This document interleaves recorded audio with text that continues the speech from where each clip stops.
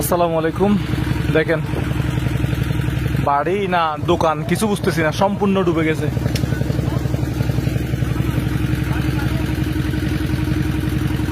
অনেক দূরে যাচ্ছি ভাই মানুষ আনতে।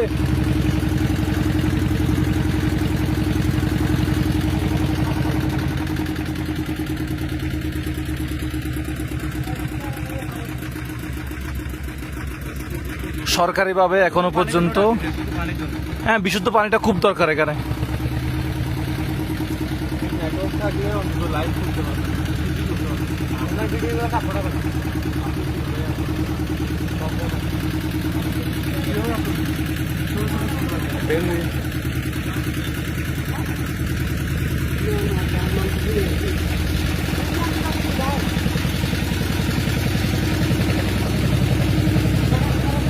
এখানে মানুষ পানি পাচ্ছে না, অথচ মানুষ কত